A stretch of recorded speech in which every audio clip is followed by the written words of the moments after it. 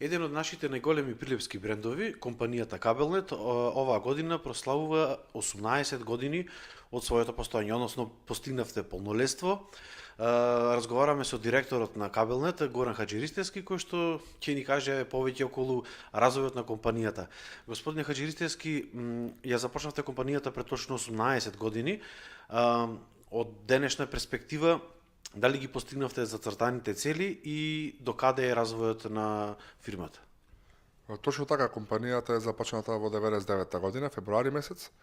Значи, компанијата започнува мојот татко Хари Хаџиристевски, заедно со Дејан Пеливановски и Јорди Ивановски, како една идеја за воведување на нови технологии. Во моментот има, мислам, само една кабелска телевизија започната во Македонија, во Струмица. Нет кабел се вика телевизијата, слично како нашата. И е превземено едно искуство од најмногу од Бугарија. Веќе Бугарија во тој период доживува најголем развој во кабелската технологија. И како идеја се стартува во Прилеп. Компанијата работи успешно 18 години на наша среќа. И мислам дека успеа да воведе многу нови технологии и да го олесни животот и комуникацијата на прилепчани како локална компанија. Во тие 18 години доживува перманентен развој, бидејќи знаете дека технологијата оди напред, почнувајќи со првина аналогна телевизија во тој момент, потоа продолжува со воведување на интернет. Значи во 2005 година се воведува интернетот, почнува и тука веќе почнува да се исполнува нашата мисија, каде што воведуваме интернет кој во тој момент е многу скапа услуга за сите граѓани.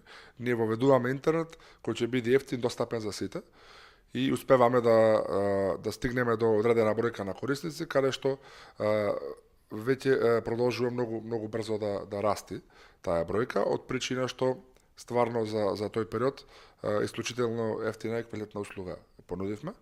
Успеавме да доставиме таа услуга до секој дом и потоа продолжува преку дигитализацијата на кабелска телевизија, како во поновата ера на кабелските телевизии. Значи имаме целосно дигитална кабелска телевизија со најсовремена опрема. И потоа преку воведување на оптичките кабли, преку воведување на сите нови технологии, воведување на телефонија, VoIP телефонија, значи телефонијата постои многу одамна, меѓутоа она што ја знаеме класична телефонија, ова е VoIP телефонија која воведовме и сметам дека досега одлично стоиме на пазарот и одлично се развиваме и се надевам дека ќе продолжиме така. На кои нови проекти работите во овој момент?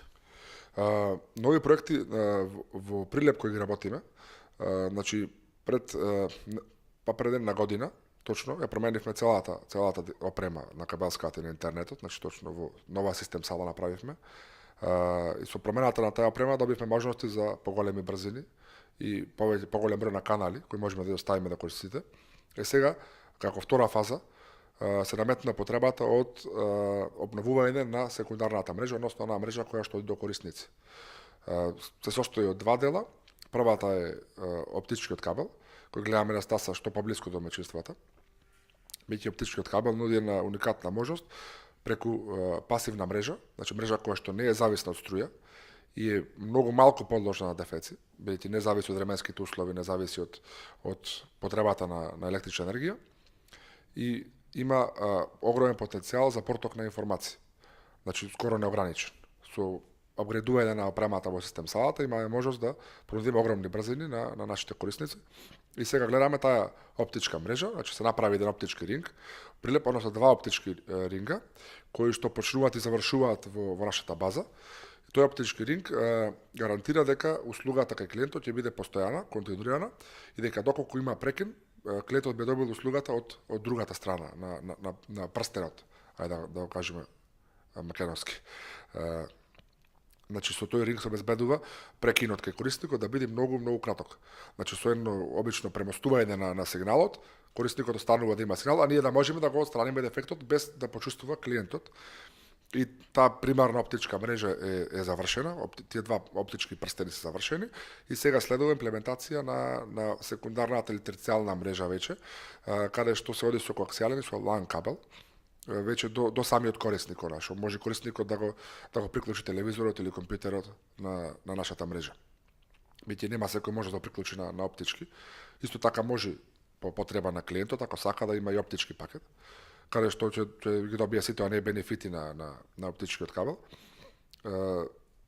Меѓутоа добиваме една огромна стабилност на мрежата и на размената на информации со клиентите и сега наредна фаза ни се почнуваме со имплементација прво во зградите, значи во колективните стамбени згради, каде што веќе се работи на матрешна инфраструктура, се поставуваат канали, каде што е стасано до секој влез со оптичка мрежа. Тоа беше еден заеднички проект на трите кабелски оператори кои што оперираат во Прилеп. Телеком не сакаше да учествува, значи во овој проект и имаше исто иницијатива од локалната управа која што ја намали цената на чинење по метро должно и успеавме да заеднички да направиме еден проект каде што цела инфраструктура ќе ја внесеме под земја до секоја зграда, пример во населбите Точила, во кај зградите кај болницата, Димонаредникот, значи такви места каде што има комплекс на згради, каде што можеме подземно да стигнеме. И тоа е многу скап проект и не можевме ние сами како кабелна да го направиме. Верувам дека и другите компании не можеа сами да го направат и на задоволство на сите заеднички се договоривме, го направивме тој проект и сега стигнавме до имплементација во внатрешноста на зградите. Веќе станарите на Димонаредникот се запознати со ова, бидејќи ја добиваат нашата услуга преку новите кабли и сметам дека таму сите дефекти би биле на минимум сведени и стабилноста на мрежата би била огромна. И во тој дел би добивале многу поквалитна услуга за истата цена нормално. И сите оние кабли кои што висеа по зградите и по фасадите ќе бидат фатени, значи ќе се смени малце и ликот на тие населби. Наредна населба не Точила, кој што сметаме дека до нова година би ја завршиле. Таков не е проектот. Зависи од временските услови како ќе се погодат.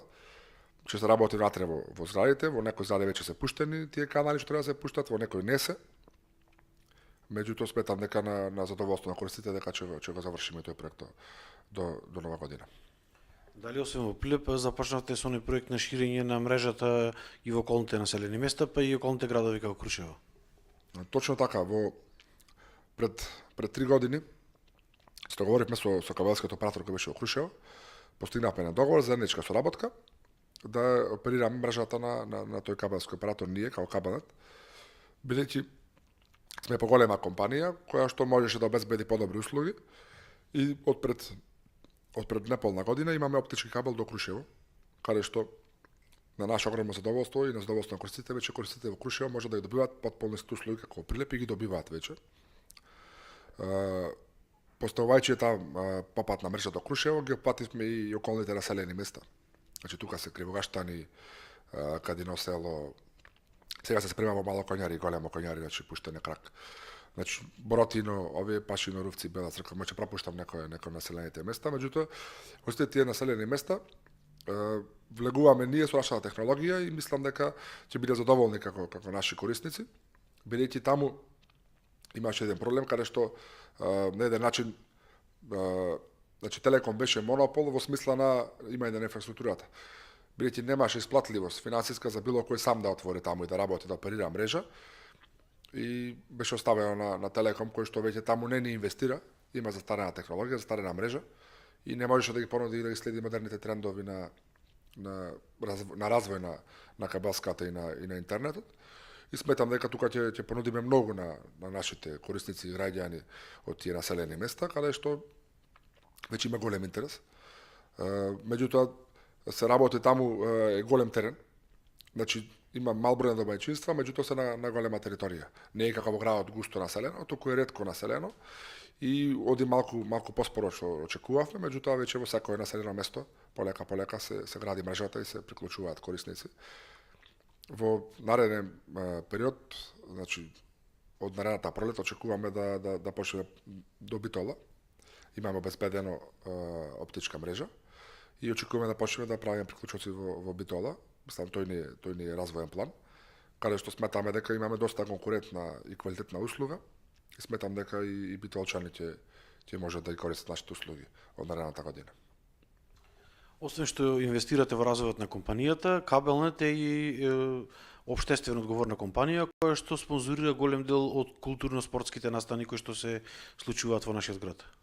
Точно така, Кабелнет долги години е спонзор на спортските клубови од Прилеп.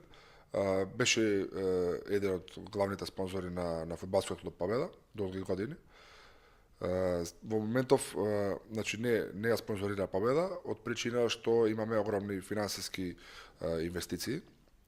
Ова сето што кажав претходно е многу захтевно и бара премногу инвестирање и откажување од спонзорствата, од причина што се потребни големи средства за да се постигне сето, навремено да се заврши.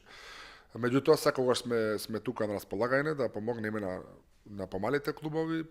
Имаме, значи, спонзорирано джудо турнири, имаме спонзорирано 2 екипи во лигата, во мал фудбал. Во секоја прилика на сите културни манифестации, на пример, спонзорираме пиво фест, иако не е од наша бранша. Моје кармото шоу што беше сега за 11 октомври имавме спонзорство. Претходно мотособирот што беше рисови што го организираат и таму бевме спонзори. Че секаде каде што можеме да помогнеме, помагаме и сметам дека сме доста општествено одговорна компанија, ќе продолжиме така во иднина. Ако се намалат инвестициите, ќе има поголеми средства за уште поопштествено одговорни да бидеме. Кабелнет и вашата фамилија е поврзана со најголемиот прилепски спортски бренд, а тоа е ФК Победа. Реков дека поради големиот број на инвестиции кои што случуваат сега, не ја спонзорирате, дали повторно би се вратиле назад во Победа на некаков начин? Значи од Победа ние како фамилија и како фирма, значи не сме откажани никогаш. Значи Победа сакам или не сакам е врежана длабоко во мојата фамилија. И во Победа, значи, со се можно помагаме. Исто така и би продолжиле да спонзорираме секако. Значи, прва прилика кога би се намалиле инвестициите, би се вратиле да инвестираме во Победа. Значи, не сме откажани од брендот Победа. Инвестирате во некои помали фудбалски клубови? Во фудбалски клубови не. Значи, инвестираме во овие, што ги споменав сега, во мал фудбал има лига направена, која се одржува горе на теренот во Точила со вештачка требашо и таму е 2 екипи, каде што плативме котизација и некој спонзорство за дресови и такви работи, за да може екипите се паруваат. 2 екипи се, едната е Кабелнет со Изофа заедно. И овие што спомнав джудо турнири и такви, речем, помали спортски манифестации кои не бараат толку големи средства. Победа е секако голем залак, значи каде што стварно се потребни многу средства, бидејќи фудбалот е најскапата споредна работа. И стварно се потребни многу средства и многу ангажман. Јас бев и лично вклучен во организација и знам дека стварно е тешко да се менаџира со еден таков колектив, бидејќи не е исто како фирма, значи фудбалот е сосема друго. Каде што се вклучени емоции, каде што се вклучени сите пропратни работи и публика и се, и мислам дека треба да се организира на едно многу повисоко ниво и да заслужува Прилеп да има таков бренд како Победа, значи. Ви благодарам на разговорот.